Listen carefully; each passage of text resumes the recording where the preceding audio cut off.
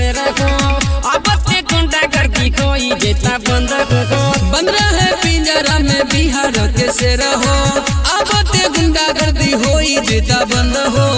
अब ने बेटा फेरो वही वाला बात, अब ने होता फेरो वही वाला बात। जागर जागर हो बिहार अब गला फेरो मनीष पत्रकार। जागा जागा हो बिहार अब गला फेरो मनीष पत्रकार। बिहार का लाल कैसा हो मनीष भैया जैसा हो, बिहार का लाल कैसा हो मनीष भैया जैसा हो। मनीष भैया जिंदाबाद। जिंदाबाद जिंदाबाद।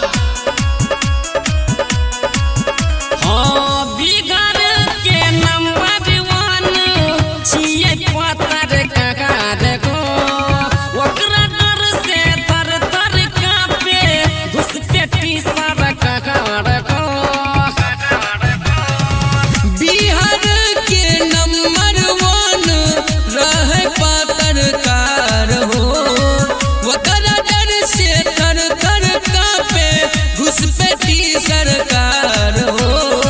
जाने से पूरा यार यूपी बिहार, जाने से पूरा यूपी बिहार। जागा जागा हो बिहार फेरो सयाले मनीष पत्रकार। जागा जागा हो बिहार अब गेला फेरो मनीष पत्रकार। बिहार का लाल कैसा हो मनीष भैया जैसा हो, बिहार का लाल कैसा हो मनीष भैया जैसा हो। मनीष भैया जिंदाबाद। जिंदाबाद जिंदाबाद।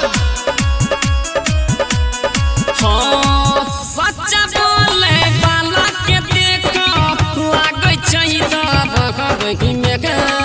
जनता सब एकरा पीछा लागे छै जन लुटका बही में के। सच बोले वाला के देखा लागे छै दबावई में। जनता सब एकरा पीछा लागल छै जान लुटावई में।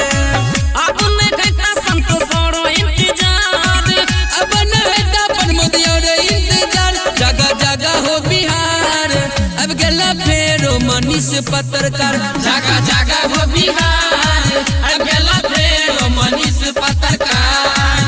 Recording studio Ghongepur Saharsa.